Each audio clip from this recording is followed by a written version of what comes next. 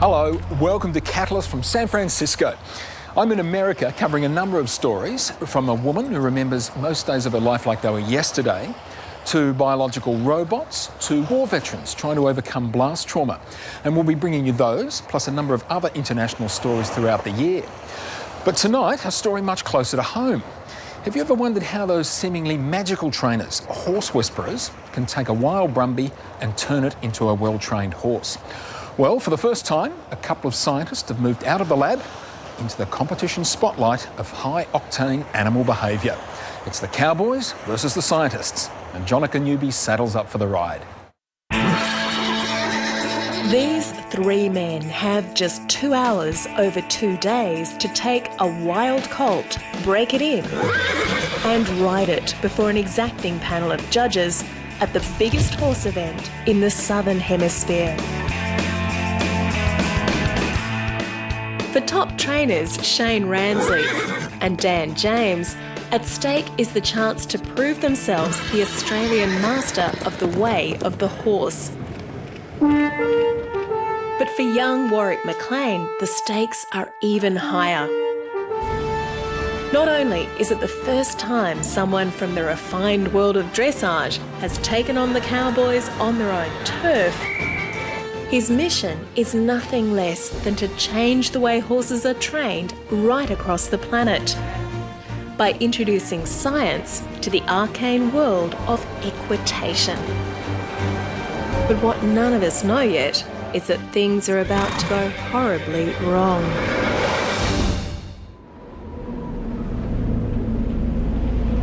It begins with the weather. There's a powerful storm hitting Melbourne on competition day, and our young unbroken horses are out in it.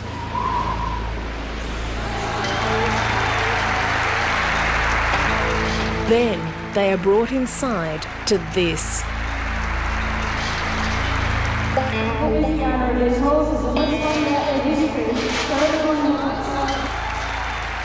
This is going to be really tough. These two horses, particularly Warwick's, are really stirred up before we even start. Look at him, he's in a lather. The horse is actually shaking with fear. It's a devastating start to what they'd hoped would be their first big public showcase. But the mission and the story really starts with the man watching anxiously from the crowd, Warwick's father, Dr. Andrew McLean. Yeah, I was always interested in training animals ever since I was a very small boy. And I had ferrets that did obstacle courses, and I had ducks that I could lead. And then we had a pet pig, and I could lie on her and I could ride her. Andrew went on to become one of Australia's top equestrians, but unusually, he was also a zoologist. There was a big gap between what I was learning from equestrian coaches and what I was teaching my students in university. And I couldn't really reconcile the two. So he decided to do a PhD on horse cognition and learning. But simple curiosity soon turned to concern. In the absence of science, he could see all sorts of myth and pseudoscience taking hold. Take the notion of dominance, that to teach a horse, you need to act as its leader. I've seen some really shocking examples of the way people apply dominance and submission theories to horses. It makes them want to, in various stages of training, do things like hobbling horses and tying their head to the saddle or throwing them to the ground in order to teach them who's boss. I think that's cruelty.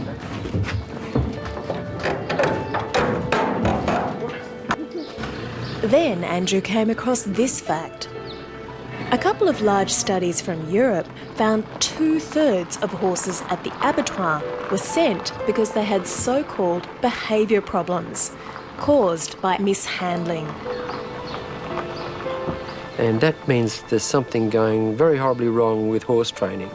We're not as good as we think we are. It was the beginning of Andrew's journey to what's now called equitation science. A journey that 15 years on appears to have come to a grinding halt. We're 45 minutes in and Warwick hasn't yet caught his horse.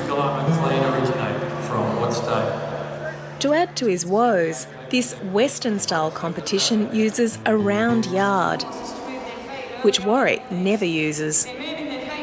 Without rope skills, he's had no way of touching his frightened horse unless it lets him. Cowboy Dan, meanwhile, who started with a calm horse and is a rope man par excellence, is making it look easy.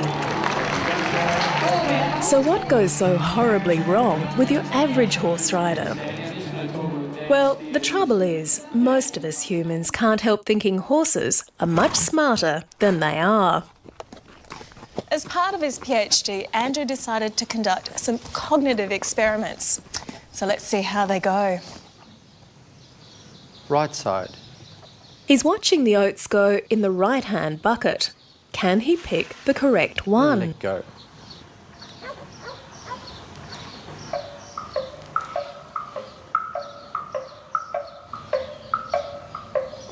You got that?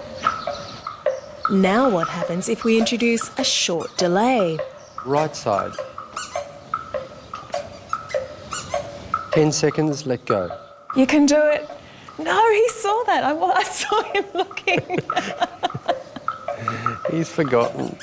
It was the same over repeat experiments with many horses. Introduce a delay and they did no better than chance. This was a test of object permanence, the ability to picture something is still there once it's no longer in sight. Dogs can do this. But horses are similarly poor at mazes, observational learning, reverse discrimination. In fact, on most IQ tests, they score about as well as a goldfish. To be fair, the horse didn't evolve as a problem solver. To escape predators, he runs. And to find food, well, it's not that hard. Grass doesn't hide. That's right. And so you don't need to plan to catch it. And our failure to recognise the horse's cognitive limitations has real consequences when we come to ride them. Well, as I spent a misspent youth in the saddle, I have foolishly volunteered to put myself under Andrew's scientific scrutiny. Andrew has chosen a trot-to-stop task to illustrate the biggest mistake most people make. It's all about timing. Yeah, trot to halt. What do you reckon? Terrible. Shocking. You see, I didn't release the rein pressure as soon as the horse began to stop. I kept pulling. Because my timing was poor, the horse can't work out what he was rewarded for. He doesn't know it was for stopping. That was seconds ago. You really can't afford to even be 1 second late. It's got to be that much on time because there just isn't that computing ability, that ability to reflect back into what happened. Poor timing leads to confusion.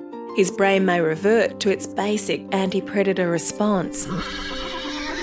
Rearing, bolting, the very things that can send him on the slippery spiral to the knackery. Meanwhile, it looks like I've fallen for one of those horse riding myths. So, my whole life I've been taught that a pat means good boy, and that's just wrong. Yeah, that's a myth. It really is just not much different from punishment. It's much better to use this spot just in front of the wither, here where research has shown that the heart rate lowers. That's the beauty of science. It doesn't lock us in any one place where we feel we have to defend our methods that we did 10 years ago. We're moving because there are always new things we're discovering.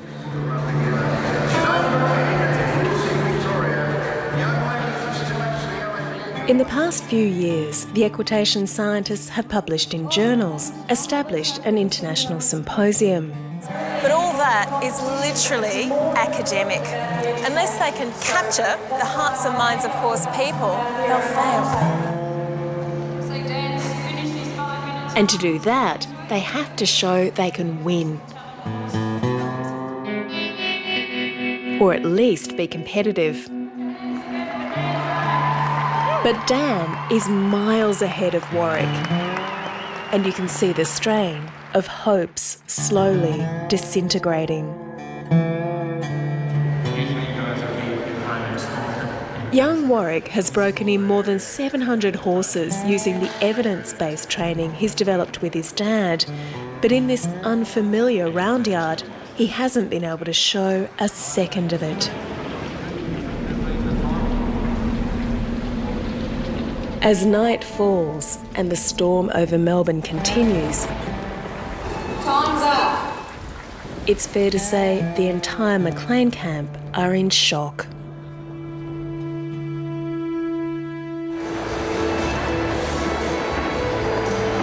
It's day 2, and there's only 45 minutes left on the clock. Warwick starts effectively an hour and a half behind Dan. But there's some breaking good news. Overnight, the judges have agreed to change the shape of the yard to be more like what Warwick normally works with. Fingers crossed he can make a comeback. Go! At least now he may finally have a chance to show their method. It's based on a science of how animals learn, known as learning theory, and you've probably heard of bits of it. Okay, what he's doing now, first of all, is what's called habituation, where he's getting the horse used to the stimulus, but he's also starting to use operant conditioning. He's removing the stick when the horse does what he wants, which I think was to stand still quietly. And then what they do... This is called negative reinforcement. It's not bad for the horse. It simply means the reward is to remove a pressure. Now he's shaping, changing the stimulus gradually from the stick to the hand. And here's a chance to use positive reinforcement, that special rub that lowers a horse's heart rate. And it's all working. The halter is on.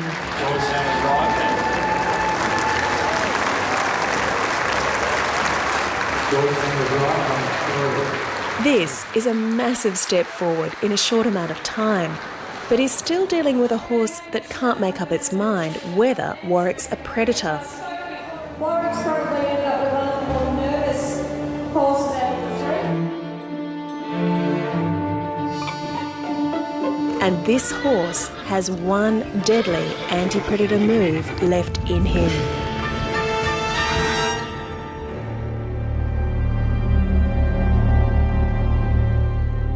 But gently, he continues.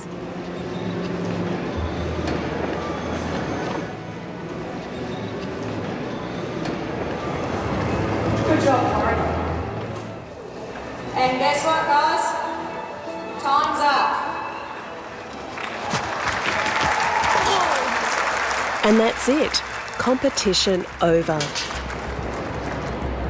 Things didn't go the way they'd expected, but in just 45 minutes, Warwick has taught this wild, nervy colt to lead, rein back, move away, and the beginnings of bareback riding. I really couldn't be more proud of him. He's come from a long way back and he's kicking goals, so I'm really happy. As for his competitors, Dan and Shane, well, they may have different methods, but like all top trainers, they've shown an intuitive grasp of learning theory's principles. And the winner is Dan James. Andrew's dream is a world where anyone can have the tools to teach a horse as well as these guys. Meanwhile, it appears Warwick has won over more of the crowd than he realised. The owner of his horse announces publicly he'd be honoured to let Warwick finish its breaking.